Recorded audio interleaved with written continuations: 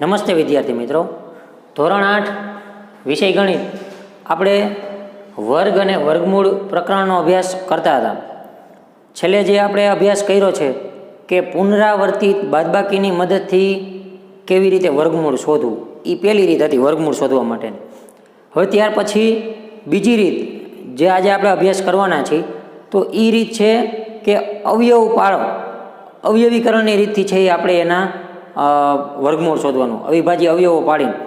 તો આપણને જે પહેલો દાખલો આપ્યો છે કે 729 વર્ગમૂળ શોધો, એનો પહેલો દાખલો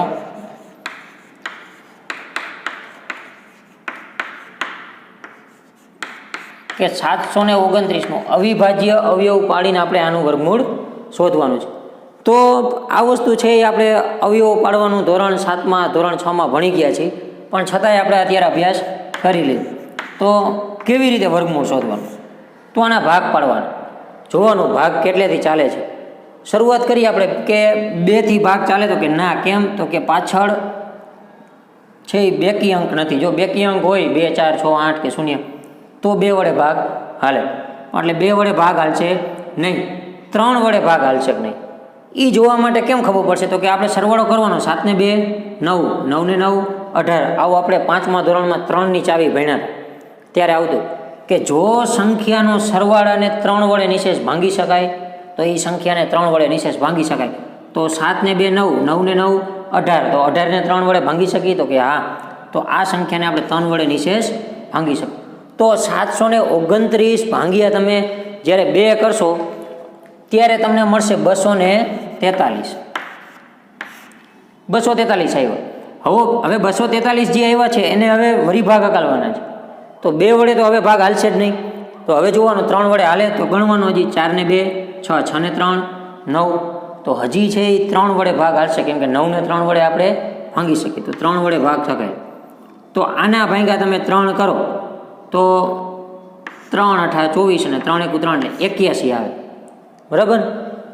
હજી ભાગ હકાલવાના, જ્યાં સુધી હાલે ત્યાં સુધી હજી 3 હાલશે, કેમ કે હિતાવી તરી 81, તો 3 81 ભાંગ્યા 3 કરો એટલે 27. હજી 3 હાલશે? તો કે હા 27 છે. 27 ભાંગ્યા 3 કરો કેટલા આવશે? 9. 9 છે તો હજી 3 હાલશે. 9 ભાંગ્યા 3 કરો તો 3 અને 3 1 3. તો શું થયું કે 729નું વર્ગમૂળ શોધવાનું છે આપણે.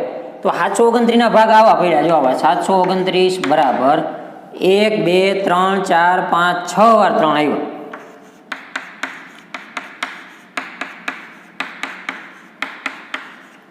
આવું થયું. તો આપણે આનું વર્ગમૂળ શોધવા માટે પહેલાં શું 2 2ની પેર બનાવશું. આપણે શું કરશું? 2 2ની વર્ગમૂળ હશે તો 2 2ની પેર બનાવશું, અને જો ઘનમૂળ હોય તો 3 3ની. એટલે આપણે આનું વર્ગમૂળ શોધવાનું છે. તો આનું વર્ગમૂળ કરવું હોય તો પેલા 3 ગુણ્યા 3 એટલે 3નો વર્ગ, આ 2ની પેર, આ 2ની પેર બનશે. બરાબર? અને આ 2ની પેર બને, આવું બનશે. તો અત્યારે આપણે આ 729 બરાબર જ લખ્યું. આપણે આનું વર્ગમૂળ શોધવું છે 729નું, તો છે આ બાજુ વર્ગમૂળ આવ્યું એટલે આ બધા વર્ગ છે એ શું થઈ જશે? ઉડી જશે. એટલે 3 ગુણ્યા 3 ગુણ્યા, તો આનું વર્ગમૂળ થશે 3 તરી 9, 9 તરી 27. તો જેટલી પેર બને છે જેની એ એનો વર્ગ હોય. આપણે કીધું હતું ને કે 27નો વર્ગ 729 થાય, તો 729નું વર્ગમૂળ શું થશે? 27 થશે. આવી રીતે છે એ બીજું તમને આપ્યું હોય કદાચ કે માનો કે એમ કીધું છે 400નું વર્ગમૂળ આપણે શોધવાનું. કેનું? દાખલા નંબર 2માં 400નું કીધું, તો મળી જાય સરળતાથી. 400 છે તો પહેલાં શરૂઆત કરવાની, 2થી ભાગ હાલે તો 2, પછી 3, 4 5 6 7 8, આવી રીતના જેથી ભાગ હાલતો હોય એ કન્ટિન્યુ કરવાનું. તો 400 છે તો પહેલાં 2 ભાગ હાલશે, કેમ કે પાછળ મીંડું છે એટલે તો શૂન્ય હોય એટલે 2 ભાગ હાલશે.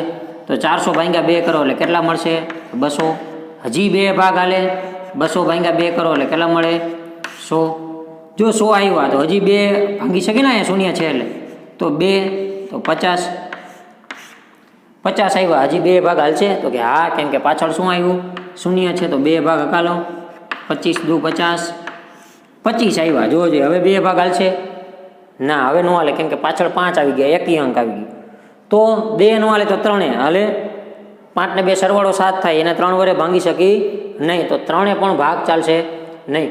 તો 4 વડે ન હાલે તો સીધા 5, 25 ભાગ્યા 5 એટલે કેટલા વધશે? 5 અને 5 એકુ 5. તો 400ના ભાગ આવા પડ્યા 2 ગુણ્યા 2 ગુણ્યા 2 ગુણ્યા 2 ગુણ્યા 5 ગુણ્યા 5. તો 400ના આવા ભાગ પડે તો આપણે જેમ આમાં કર્યું હતું એવું કે જોડી બનાવો 2નો વર્ગ ગુણ્યા 2નો વર્ગ ગુણ્યા 5નો. તો આપણે 400નું વર્ગમૂળ મેળવ્યું છે તો વર્ગ છે એ બધી બાજુથી નીકળી જાય તો આવું થાય 2 ગુણ્યા 2 ગુણ્યા 5. તો 2 દુ 4 4 પંચા 20. તો 400નું વર્ગમૂળ શું થાય 20 થાય. આ છે એ અવિભાજ્ય અવયવ પાડ્યા આપણે આના આ અવયવ પાડ્યા બધા અવયવની રીતે છે એ વર્ગમૂળ મેળવ્યું.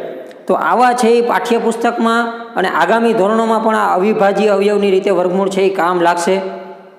તો આપણે છે આ વર્ગમૂળના જે આઈડિયલની અંદર જે દાખલા આપ્યા છે અને પાઠ્યપુસ્તકમાં પણ ઘણા બધા આપણને દાખલા આપ્યા છે તો એ દાખલાનો આપણે પ્રયત્ન કરવાનો છે અને આપણે છે એ પ્રેક્ટિસ સતત એની કરશું. હવે ત્યાર પછી આગળનો દાખલો એના પછી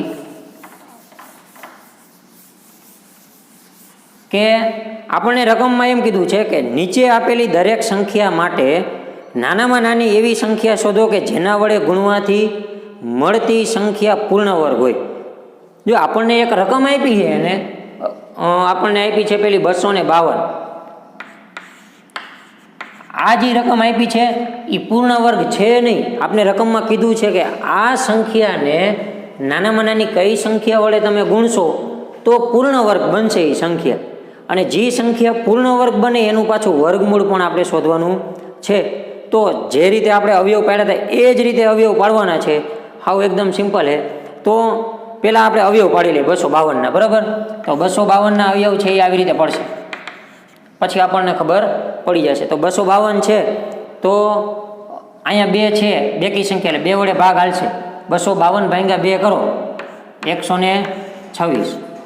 હજી અહીંયા 6 છે પાછળ તો હજી 2 વડે ભાગ હાલશે. તો 2 વડે ભાગ હાલ 126 ભાગ્યા 2 કરો એટલે 63. હવે જો અહીંયા 3 આવ્યો તો 2 વડે ભાગ હાલશે નહીં. તો આને કેટલા વડે ભાંગવા જઈશે 3 વડે. તો આના ભાંગ્યા 3 કરો 21 તરી 63. 21 આવ્યા તો હજી 3 હાલશે 3 સતા 21 અને 7 એકુ 7. તો હવે જે છે એ મુખ્ય વસ્તુ છે એ હવે કે નાનામાં નાની કઈ સંખ્યા વડે ગુણશું તો પૂર્ણ વર્ગ બનશે. પહેલાં આપણે જોઈ કેવા ભાગ આવ્યા. તો 252 બરાબર આપણને શું મળ્યું તો કે 2 ગુણ્યા 2 એને ગુણ્યા 3 ગુણ્યા 3 અને એને ગુણ્યા 7 આવું આપણે મળ્યું અત્યારે. તો અહીં તમે જુઓ અવિભાજ્ય અવયવ આ બેની પેર છે આ બેની પેર છે. 7 કેવા છે એકલા છે તો 7 છે એ જોડમાં છે નહીં એટલે 7ની જોડ બનતી નથી. તો 7ની જોડ બનાવવા માટે એને કેટલા વડે ગુણવા પડે આ રકમને 7 વડે. તો એનો મતલબ કે આને 7 વડે ગુણવા પડે તો આને પણ કેટલા વડે ગુણશું 7 વડે ગુણવા પડશે. આ રકમને પણ 7 વડે આપણે ગુણ્યા એટલે અહીંયા તો 2 ગુણ્યા 2 હતા જ 3 ગુણ્યા 3 હતા જ અને 7 આ બાજુ પણ 7 વડે ગુણ્યા એટલે અહીંયા જે 1 7 હતા એની પેર બની ગઈ. એટલે આ જે સંખ્યા હતી એને 7 વડે ગુણ્યા એટલે પૂર્ણ વર્ગ બની ગઈ. જો બધાની 2 2ની પેર થઈ ગઈ એટલે પૂર્ણ વર્ગ થઈ ગઈ. તો હવે આને આમ લખાય 252 ગુણ્યા 7 કરશું આપણે એટલે આપણને મળશે 1764. 1764 બરાબર હું આમ લખી શકું 2નો વર્ગ 3 ગુણ્યા 3 એટલે 3નો વર્ગ એને ગુણ્યા 7 ગુણ્યા 7 એટલે 7નો વર્ગ. તો હવે આનું વર્ગમૂળ શોધવાનું કીધું હોય તો 1764નું વર્ગમૂળ તો છે આ વર્ગ ઉડી જાય તો 7 તરી 21 21 દુ 42. તો આનું વર્ગમૂળ થાય 42. આવી રીતે હજી એક દાખલાની આપણે પ્રેક્ટિસ કરી કે દાખલા નંબર 2માં આપણે આપ્યું છે કે 180 ને નાનામાં નાની કઈ સંખ્યા વડે ગુણું તો છે એ પૂર્ણ વર્ગ બને અને જે પૂર્ણ વર્ગ સંખ્યા બને એનું વર્ગમૂળ પણ આવી જ રીતે આપણે જેમ મેળવ્યું એમ મેળવવાનું. તો 180ના પહેલાં ભાગ પાડી લઈ પાછળ શૂન્ય છે તો 2 ભાગ હાલશે તો 2 ભાગ હકાલી તો 180 ભાગ્યા 2 એટલે કેટલા આવશે 90. હજી પાછળ શૂન્ય છે એટલે 2 ભાગ હાલશે 90 ભાગ્યા 2 એટલે 45. હવે પાછળ 5 આવ્યા પણ એ 2 ભાગ હાલશે નહીં કેમ કે 5 કેવા થઈ ગયા એકી. જો 2 4 6 8 કે શૂન્ય હોય તો જ છે એ 2 વડે ભાગ હાલે. તો હવે 3 વડે હાલશે તો 5 ને 4 9 હા 3 વડે હાલશે તો 45 ભાગ્યા 3 15 તરી 45, હજી 3 ભાગ હાલશે, 3 50 15 ને 5 એકુ 5. તો આવી ઘટના બની કે 180 બરાબર 2 ગુણ્યા 2 ગુણ્યા 3 ગુણ્યા 3 ગુણ્યા 5. તો જોવો જોઈએ, અહીંયા 2 2 ની પેર થઈ ગઈ, અહીંયા 3 3 ની પેર થઈ, 5 છે એ એકલા છે, તો કેટલા વડે ગુણવા પડશે? તો આ સંખ્યાને 5 વડે ગુણશું ત્યારે પૂર્ણ વર્ગ બનશે. તો 180 છે એને પણ કેટલા વડે ગુણવા પડશે? 5 વડે. એટલે આવું થઈ છે 2 ગુણ્યા 2 ગુણ્યા 3 ગુણ્યા 3 5 ગુણ્યા 5. આ સંખ્યાને મેં 5 વડે ગુણ્યું, એટલે અહીંયા જો 5 ની પેર થઈ ગઈ તો આ સંખ્યાને પણ કેટલા વડે ગુણવા પડે? 5 વડે ગુણવા પડશે. તો 180 ગુણ્યા 5 એટલે 900. 900 બરાબર 2 ગુણ્યા 2 એટલે 2 નો વર્ગ, 3 ગુણ્યા 3 એટલે 3 નો વર્ગ, 5 ગુણ્યા 5 એટલે 5 નો વર્ગ. હવે આનું વર્ગમૂળ શોધવાનું કીધું છે, તો 900 નું વર્ગમૂળ કેવી રીતે મળશે? તો 2 ગુણ્યા 3 ગુણ્યા 5 વર્ગ ઉડી ગયા, તો 5 તરી 15, 15 દુ 30. તો 900 નું વર્ગમૂળ મળશે આપણને 30. આ છે એ આપણને કીધું હતું કે નાનામાં નાની સંખ્યા વડે ગુણવાથી, એટલા માટે આપણે અહીંયા શું કહ્યું હતું કે 7 ને ગુણ્યા હતા. પછી હવે જે તમને છે એના પછીની રીત એવી આવશે કે નાનામાં નાની સંખ્યા વડે કેટલાય સંખ્યા વડે ભાગશું તો આપણને પૂર્ણ વર્ગ મળશે. તો દાખલા નંબર એના પછીનો આપણે જોઈ કે દાખલા નંબર 6, એના 2-3 દાખલા આપણે જોઈ લઈએ. એટલે દાખલા નંબર 6 કે નીચે આપેલી દરેક સંખ્યા માટે નાનામાં નાની એવી સંખ્યા શોધો કે જેના વડે ભાગવાથી મળતી સંખ્યા પૂર્ણ વર્ગ હોય. આપણે છે એ આ વખતે ભાગવાથી મળતી પૂર્ણ વર્ગ સંખ્યા શોધવાની, કે એને આ સંખ્યાને કેટલા વડે ભાગશું તો પૂર્ણ વર્ગ બનશે. તો એમાં આપણને આપ્યું છે પહેલાં 252, પહેલાં આપ્યું છે 252. 252 ને કઈ સંખ્યા વડે ભાગશું તો પૂર્ણ વર્ગ બનશે, અને એ સંખ્યાનું પાછું વર્ગમૂળ પણ શોધવાનું છે. તો પહેલું કામ તો એ જ કરવાનું છે, 252 ભાગ પાડવાના છે અવિભાજ્ય અવયવ રીત. હમણાં જ પાડ્યા હતા બરાબર, કે 252 છે તો પેલા 2 વડે ભાગ હાલશે, તો 126.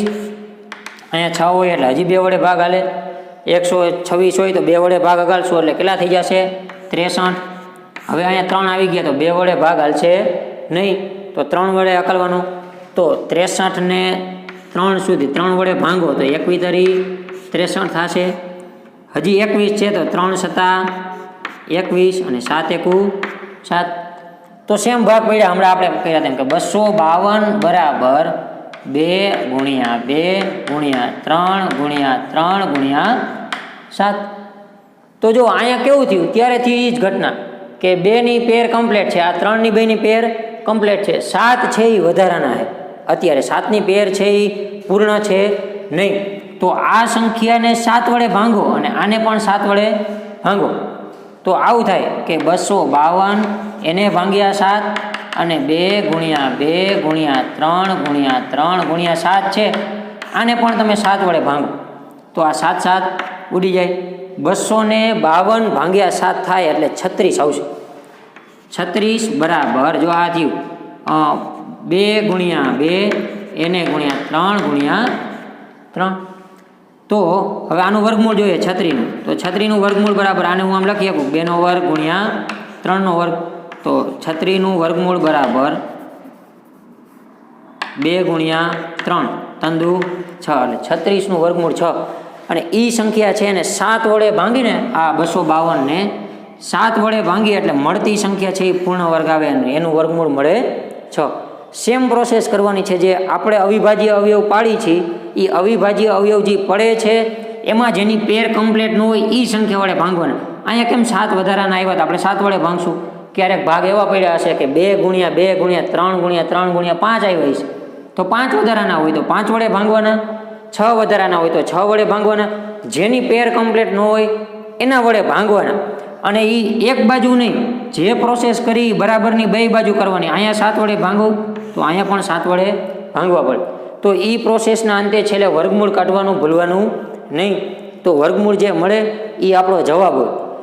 આ રીતના બધા દાખલા છે એ પાઠ્યપુસ્તકના અને આઈડિયલના છે એ તમારે પ્રેક્ટિસ કરવાની છે. હવે ત્યાર પછીનો જે આપણી પાઠ્યપુસ્તકનો ટોપિક છે કે ભાગાકારની મદદથી છે એ આપણે વર્ગમૂળ શોધવાનું છે. તો એ ટોપિક છે આપણે અત્યારે હાલ પૂરતો મુલતવી રાખી છીએ. એ ટોપિક જ્યારે સ્કૂલ શરૂ થશે ત્યારે આપણે એનું રિવિઝન કરવું જોશે, કેમ કે એ ઓનલાઈન થોડુંક આપણને ટફ પડે એમ છે. હવે બાકી ઘણા બધા આપણે રકમવાળા દાખલા આપ્યા હશે, પાઠ્યપુસ્તકના તમે સ્વાધ્યાયના દાખલા જોવો કે કોઈ પણના, તો એ દાખલામાં બધામાં આપણે વર્ગમૂળ શોધવાનું છે. પછી તમે અવિભાજ્ય અવયવની રીતે શોધો તો પણ ચાલે, અને છે એ તમે પુનરાવર્તિત બાદબાકીની મદદથી કરો તો પણ ચાલે. પણ આપણે અવિભાજ્ય અવયવની રીતની સાથે જ આપણે બધા વર્ગમૂળના દાખલા કરવાના છે. અને એ જે રીતો આપણે આપી છે, આપણને જે દાખલા આપ્યા છે, એ રકમ સમજીને આપણે છે એ બધા દાખલાઓનો અભ્યાસ કરવાનો છે, અને આપણે એનું વર્ગમૂળ આ જ રીતે બધા દાખલાઓનું ગણવાનું છે. અસ્તુ. હરિઓમ.